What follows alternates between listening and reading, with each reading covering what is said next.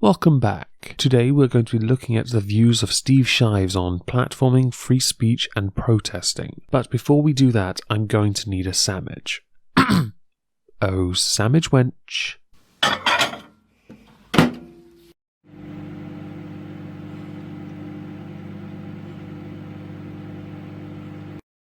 Freaking Tumblr's infected this thing as well. Gender fluid Loki my ass.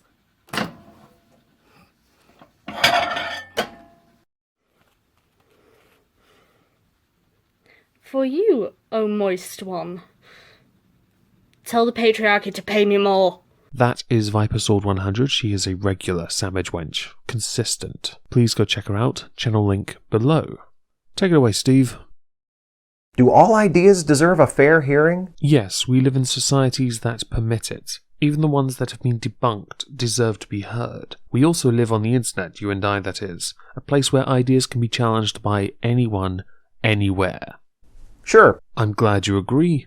But what about ideas who have had their fair hearing and have been widely discredited and rejected? Then they get to speak. I feel like now would be a good time to point out that you, a male feminist, have been debunked so many times, yet you are allowed to speak. Why is that? Oh, that's right, because you are free to. Because we that hold differing views would not look to no platform you ever. With the recent punching of white supremacist Richard Spencer, white nationalist, and protesters shutting down scheduled appearances by racist, misogynist, professional internet troll Milo Yiannopoulos. Those protesters were a lovely bunch, weren't they? I'm not big on violent displays or temper tantrums. Oh, and Milo is a faggot. If you're going to label him, don't leave out the most important one.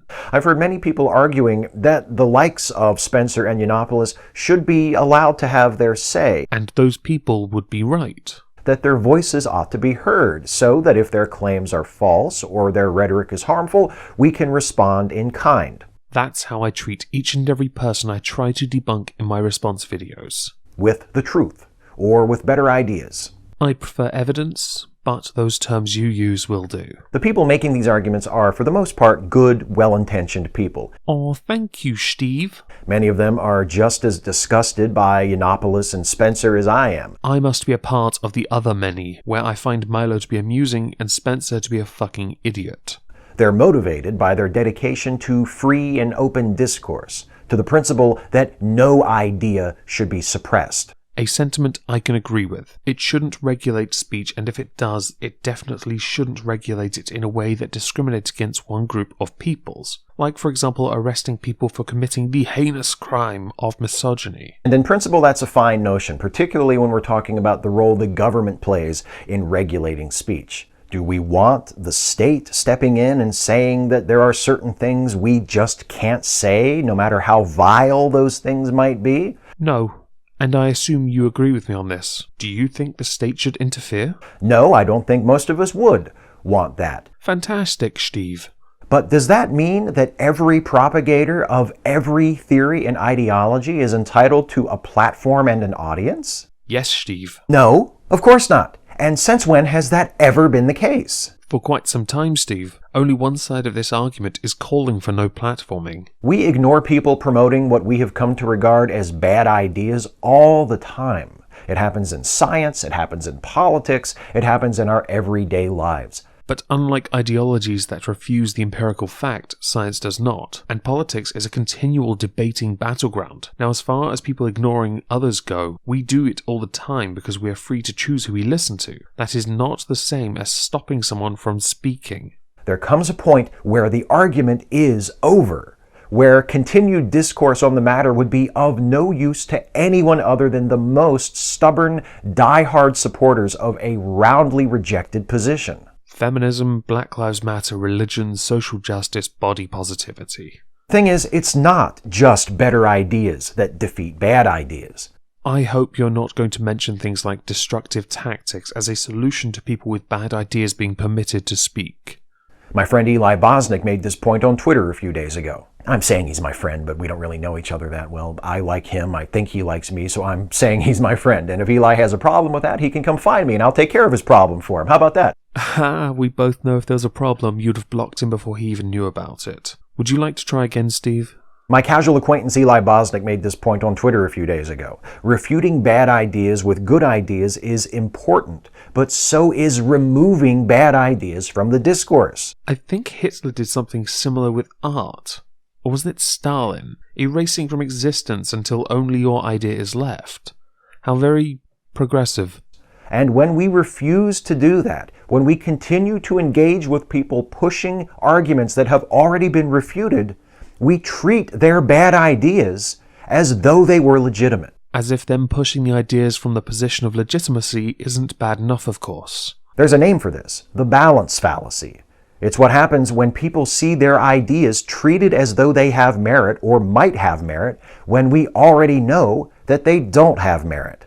That is a broad name for quite a few SJW-type channels. Can it be used as an umbrella term so that others can conjure up other titles to make themselves feel a little more special? The balance fallacy is the only hope the likes of Spencer and Yiannopoulos have for continuing to earn a living disseminating their long ago discredited ideas. That's why they lean so hard on their warped, self-serving caricature of free speech, which in their interpretation includes not only the right to speak, but also the right to a microphone and an audience. It's very interesting you associate a fallacy with their brands of conservatism. I honestly thought Milo was in it for the keks, and as much for attention, or exotic dick, as possible. I'm not entirely sure what Spencer's motives are, though. That's not how it works. Refuting bad ideas with good ideas is necessary, but that's just step one. Oh, great. There are steps to this. So what's step 2, Steve? Step 2 is leaving behind the bad ideas and the people who continue to cling to them and demand our attention. How do you leave differing views behind? We all know your way is to block the living fuck out of differing views, but you can't do that on all platforms in all places of the world. Do they have the right to continue to speak in support of their bad ideas? Absolutely, and I'm sure you agree with me on this. Sure they do. Fantastic. Do they have the right to a platform to better enable them to disseminate those ideas? Yes, Steve. Because we should not look to censor someone just because what they say challenges us or makes us uncomfortable. Reals before feels, Steve. Absolutely not. Too much of a challenge to hear opposing views, huh, Steve? Let them speak. But if they are no platformed, how do they do this? But let it be from atop an apple crate on a street corner. But that's where the Cambridge-educated hookers are. Can't we at least make it somewhere with a bit more space? Not on a stage at a university or in front of a radio microphone or a television camera. You can't tell a college what they can and can't do. Yes, they're there to offer an education to the best students available, but it is not a safe space for those that are a bit too delicate to handle a challenge in their beliefs. Also, a college is there to make money. A bit of publicity can do them wonders, provided you haven't smashed the entire campus up. We've heard what they have to say. Now it's time to stop indulging them so the rest of us can move forward. But your version of moving forward involves moonwalking, and I'm not convinced that counts as moving forward. Steve, in this video you push some dangerous ideas on what is and isn't acceptable. You cannot advocate for censorship and expect it to go unchallenged from the majority that believe in free speech or the freedom to express oneself. Thank you all for listening.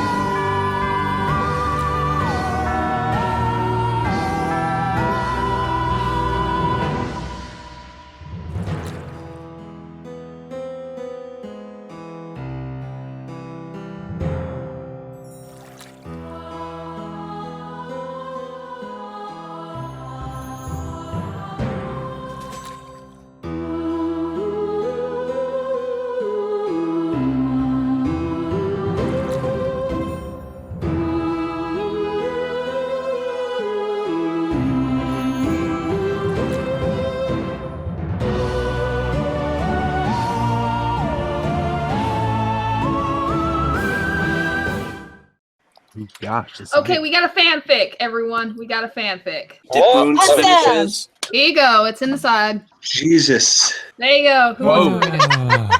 I'm. Oh God.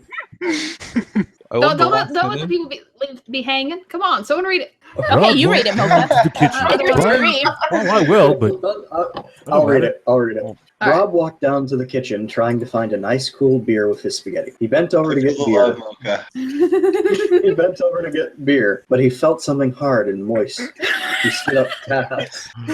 He stood up fast and turned around to see Lord Omegon, the moist god, and one of his assistants, Allie. Rob begged for more and said he wants. God, I have the weirdest boner right now. Why am I Omegon's assistant? I'm one of the three people that have refused to help him do anything. You should be so lucky, Allie. I'm a fucking catch, okay? All right, continue. You're the catcher for Omegon, that's for certain. Rob begged for more and said he wants cum all over him. Allie pulled Rob down on his knees and started to face fuck him hard and moaned like a Japanese schoolgirl.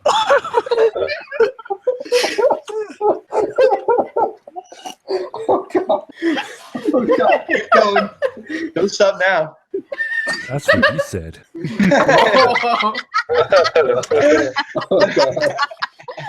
Omegon used his special tentacles on Rob and Allie and made them moan and very moist. Okay, now I'm interested. Allie, I feel a special connection with you now. They started to come so hard, they made Pompeii look like a small flood. Oh, that's Out of nowhere, Tim walked in and said, "You guys never invited me for this gay porn. I thought y'all loved me." Suddenly, they furiously started to fuck him in every hole, even the ones that weren't there.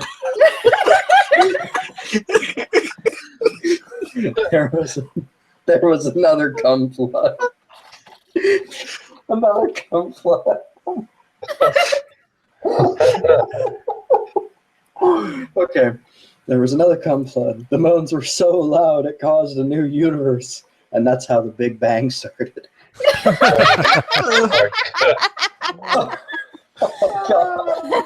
Whoa, okay.